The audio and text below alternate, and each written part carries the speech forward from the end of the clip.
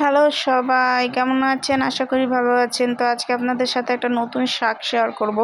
কালকে রাতে এটা নিয়ে এসেছিল ছেলের বাবা। তো এটাকে নাকি ঠনঠনে শাক বলে। তো ঠনঠনে শাকটা আসলে কি আমি জানি না, নামটাও খুব অচেনা। আর আমি শাকটা যখন দেখলাম তখন বললাম, এই তুমি এটা কি শাক নিয়ে এসেছো? এই শাক আমি কোনোদিন রান্না করিনি, কোনোদিন খানি।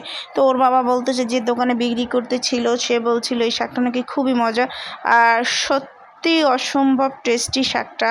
পেঁয়াজ রসুন আলু দিয়ে রান্না করলে এত মজার হয়। তো ওই শাকটাকে কেটে এই যে ভালো করে কাটতে পারিনি, এই ঠনঠনে শাক। তো এটাকে ভালো করে এই যে রান্না করলাম, ভালো করে কেটে ধুয়ে পরিষ্কার করে রেখেছি। এখন কড়াইতে আমি এই যে পেঁয়াজ রসুন অল্প করে দিয়ে তারপর রান্না করবো, যেহেতু ফার্স্ট টাইম অচেনা শাক রান্না করছি। এই শাকগুলো না অচেনা বললে ভুল হবে। এগুলো মানে রাস্তার পাশে আমি দেখতাম আগে আমাদের গ্রামে। তো এগুলো এই শহরেও বিক্রি করা হয়। এগুলোকে নাকি ঠন শাক বলে। তো এই শাকটার নাম জানি না আর কোথায় কি বলে, বাট এখানে তো শুনছি সবাই ঠন বলে। কেন এটার নাম ঠন জানি না।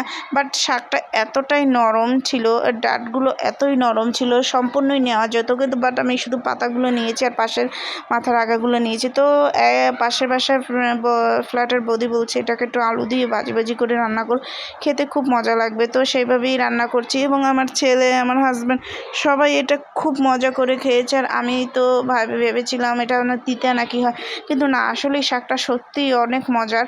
তো এখানে হলুদ লবণ দিয়ে দিয়েছি, আর এই শাকে মরিচ দিয়েছি, কাঁচামরিচ, আস্তা কাঁচামরিচও দিয়ে দেবো। তো এখন এই শাকটাকে বলে আর একটা জিনিস খেয়াল করলাম, যে কোনো শাক রান্না করতে গেলে হালকা একটু জল দিতে, বাট এই শাকটা না এক ফোঁটা জল দিতে হয় না, আপনি একদম অল্প হয়ে গেছে এবং ওর গাছের ভিতর থেকেই জল বের হয়ে গেছে। তো শাকটা খেতে এত ভালো লেগেছে।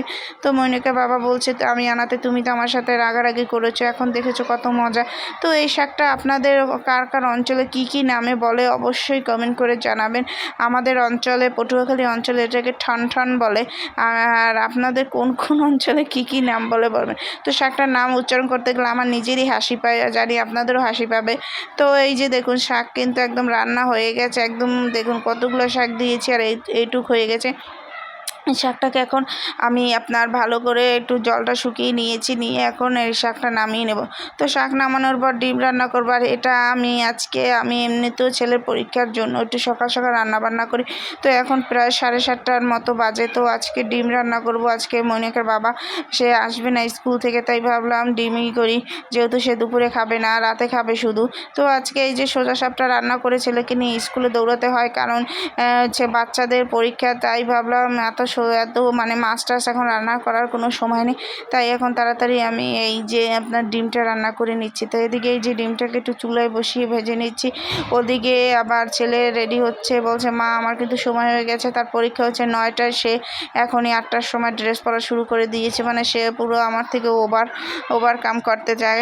তো এখানে কিন্তু এই যে ডিম ভাজা হয়ে গেছে, এখন ডিমগুলোকে উঠিয়ে নেবো, উঠিয়ে তারপর ডিমের ঝোলটা রান্না করে নেব।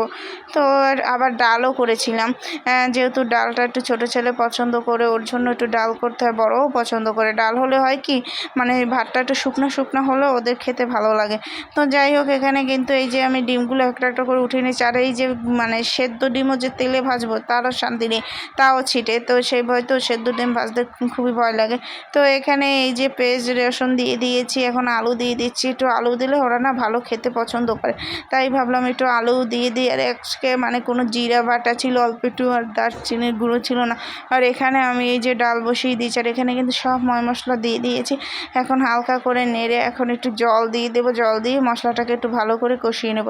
তো এদিকেই কাজ করতেছিলাম, বাহিরে আবার একটু বৃষ্টিও নেমেছে। তো ভাবলাম বৃষ্টি হলে কিভাবে যাব, কারণ ছাতেই একটা মানুষ হচ্ছে দুজন, মানে ছোট ছেলে তো কোলে থাকবে, বড় তো নিচে হাঁটবে, তো কিভাবে যাব। তো যাই হোক, বৃষ্টিটা কিছুক্ষণ পর থেমে গেছে।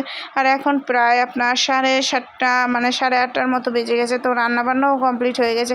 আর এই রান্নাবান্নাটা কমপ্লিট করে রেখে যদি আমি স্কুলে যাই না, তাহলে ভালো হয়। যেমন ছেলেকে মানে পরীক্ষা দিয়ে বেরোতে প্রায় 11:30টার মতো বাজে, তখন মানে এসে আর রান্না করতে ইচ্ছে করে না। তো এই জন্য সকাল রান্না করা। তো এই যে ডিমের ঝোলটা কিন্তু কষানো হয়ে যাওয়ার পর কিন্তু আমি এই যে ডিমগুলো ছেড়ে দিয়েছি, এখন আমি ঝোলের জন্য জল দিয়ে দেবো। এদিকে আমার বড় ছেলে তো ডিম ভুনা হলে আর কিছু লাগে না। তো আর এদিকে কিন্তু ডালে কিন্তু আমি 5 ফোড়ন দিয়ে একদম সুন্দর ফোড়ন কেটে নিয়েছি। তো ডালটাও হয়ে গেছে, সব কিছু রান্না একদম কমপ্লিট হয়ে গেছে। তো এবার নামিয়ে তারপর ছেলেদেরকে খাইয়ে তারপর নিয়ে চলে যাব। 2 ছেলেকে, একজনকে তো কোলে করে নিতে হয় আর একজনকে হাঁটিয়ে। তো যাদের ছোট বাচ্চা আছে তারাই বোঝে যে কতটা কষ্ট হয় একা থাকতে হলে। তো এখানে আমি আবার একটা ক্লিপ নিচ্ছিলাম রিলসের জন্য। তো এই যে দেখুন ডিমের ঝোলটা এত সুন্দর ফুটছিল আর এত সুন্দর ঘ্রাণ আসছিল। শীতকাল আসলে না এই ডিমের ঝোল বলেন যা বা মাংস বলেন, একটু ধনেপাতা দিলে কিন্তু সেই স্বাদ লাগে। আমার কাছে বেশ ভালো লাগে। আপনাদের কাছে কার কীরকম লাগে অবশ্যই কিন্তু কমেন্ট করে জানাবে। তো এখানে এই যে ডিম রান্না একদম কমপ্লিট হয়ে গেছে, ডিম একদম নামিয়ে নিয়েছে, ঝোলটার কালার বেশ সুন্দর হয়েছিল।